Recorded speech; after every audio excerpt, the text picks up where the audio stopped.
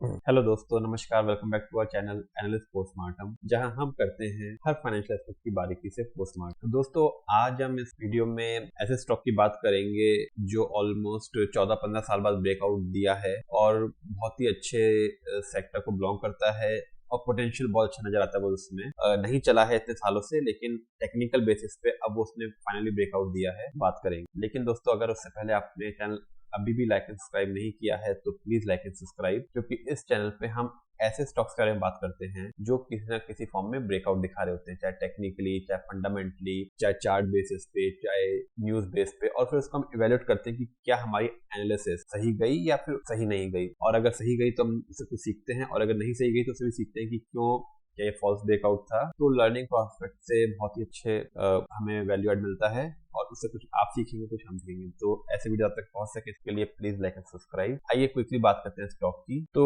Stock का नाम है रिको ऑटोज। दोस्तों, पिछले कई दिनों से हमने देखा है कि जो ऑटो एंसिलरी और ऑटो सेक्टर है बहुत ही अच्छा परफॉर्म कर रहा है। तो ऑटो एज अ सेक्टर में हमने देखा है कि बहुत टाइम से एक बहुत ही शानदार रैली चल रही है। तो क्विकली पहले ऑटो इंडेक्स को देख लेते हैं, तब बात करते हैं स्टॉक्स की।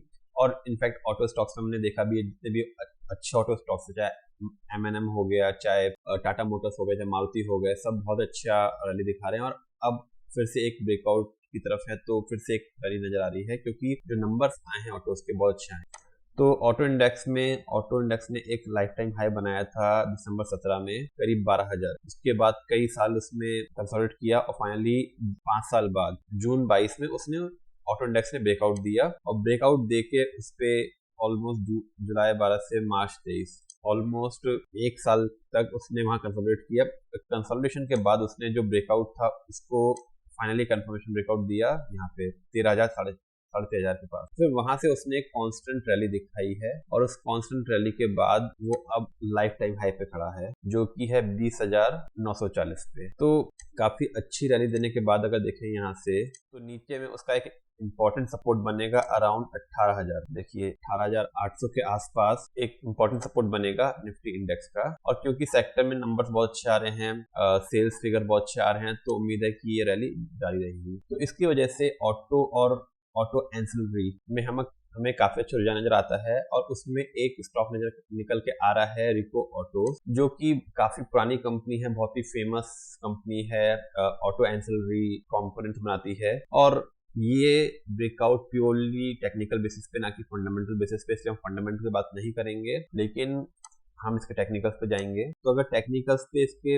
वीकली चार्ट में देखेंगे, तो अगस्त 2005 में उसने एक लाइफ टाइम हाई बनाया था 110 रुपए, और देखें उसके बाद डाउन ट्रेंड में रहा, जिसमें नीचे में ये 6-7 रुपए तक आ गया था 14 में, और फिर वहां से रिबाउंड होके फिर से अपना जो लाइफ टाइम हाई था वहां तक बनाया सितंबर 17 में। देखिए आपको एक अच्छा सा बहुत ही टाइम वाइज करेक्शन के साथ में एक राउंडिंग बन के दिख रहा है। तो इसका मतलब इसमें कंटिन्यू सेलिंग आई, और फिर वहां से बॉटम आउट होके एक कांस्टेंट बाइंग, और फिर उसने प्राइस को दोबारा से 109 रुपए पे लाके खड़ा किया 2017 सितंबर। वहां से फिर से इसमें सेल ऑफ शुरू हुआ, लेकिन अब जो नीचे बॉटम बना था, जो पहले यहाँ पे बना था अराउंड 7 रुपए का, वो बॉटम अब बना का 25 रुपए के आसपास। तो और ब्रेकआउट इनफेक्ट हुआ 32 रुपए से, 32 रुपए से फिर ब्रेकआउट शुरू हुआ, और फिर स्टॉक ने जून 23 में फिर वही 110 रुपए का जो इसका रेजिस्टेंस था, जो बहुत बहुत ही बड़ा रेजिस्टेंस था, जिसको इसने ऑलमोस्ट 15 साल बाद कोशिश करी, वहां तक पहुंचा, फिर ब्रेक नहीं कर पाया। लेकिन इस बार देखिए, जो नीचे बेस 32 पहले बना था 6 रुपए का बेस, फिर बना 32 रुपए का, फिर यहाँ पे नया बेस बना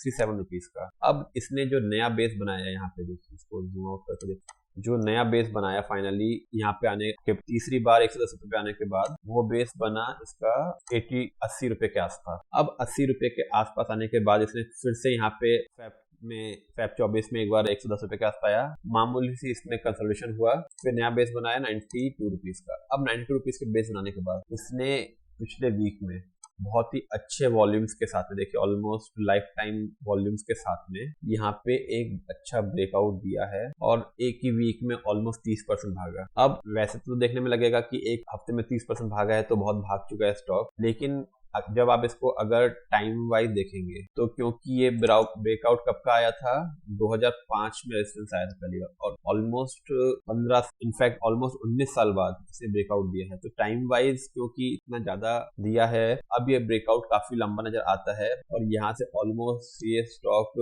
अब नई मल्टी मंथ रैली की तरफ ये मूव करेगा। तो मल्टी मंथ रैली में जब भी होता है तो वो रैली लंबी चलती है, तो वो इनफैक्ट शॉर्ट टर्म नहीं होती है, वो एक लॉन्ग टर्म रैली चलती है। तो जिसमें इमीडिएट टारगेट इसका जो नजर आ रहा है, वो इमीडिएट टारगेट तो इसका नजर आएगा अराउंड 142 रुपीज का, और 142 रुपीज के बाद ये एक नए टारगेट, अगर 142 जब क्रॉस करेगा उसके बाद एक ये नए टारगेट की तरफ मूव करेगा, जिसका अगला टारगेट प्राइस होएगा 196 रुपीज। तो इन दो टारगेट्स में, और नीचे में अब सबसे बड़ा स्ट्रॉन्ग सपोर्ट तो हमें मिल ही गया है 110 रुपए, जो मल्टी ईयर ब्रेकआउट है। तो 110 रुपए के टॉप लॉस से ऊपर में पहला टारगेट 142, और 142 क्रॉस करेगा तो फिर टॉप लॉस 142 हो जाएगा और नया टारगेट 196 के लिए ये स्टॉक मूव करना चाहिए। और टेक्निकली बहुत ही अच्छा ब्रेकआउट नजर आ रहा है और इनफैक्ट सेक्टर बहुत अच्छा मूव कर रहा है। अब इसके जो MACD देख लेते हैं। MACD ऑलमोस्ट अभी ये, क्योंकि एकदम से अप शार्प मूव आया है इसमें, तो ये जो इसका एवरेज रहता है 13 तक डाइवर्जेंस और कन्वर्जेंस का, वहीं तक दिखा रहा है ये। तो हो सकता है यहाँ पे थोड़ा सा कंसोलिडेशन करे 142 के आसपास आके, और वहां पे आपको दोबारा अपॉर्चुनिटी मिल सकती है, आप ऐड कर सकते हैं। और इसमें क्योंकि हमने बोला मंथली ब्रेकआउट है तो ये लॉन्ग टर्म चलेगा, तो आपको अपॉर्चुनिटीज मिलेंगी इसमें स्टॉक में, लेकिन आने वाले टाइम में अपॉर्चुनिटीज आपको बेनिफिशियल हो सकती है। होप आपको समझ आएगा कि ये स्टॉक ऑफ द मंथ क्यों है। अगर आपको ये लर्निंग अच्छी लगी तो प्लीज लाइक एंड सब्सक्राइब, ताकि ऐसे वीडियोस आप तक पहुंच सकें और आप भी कुछ सीख सकें और हम भी सीखें। Thank you.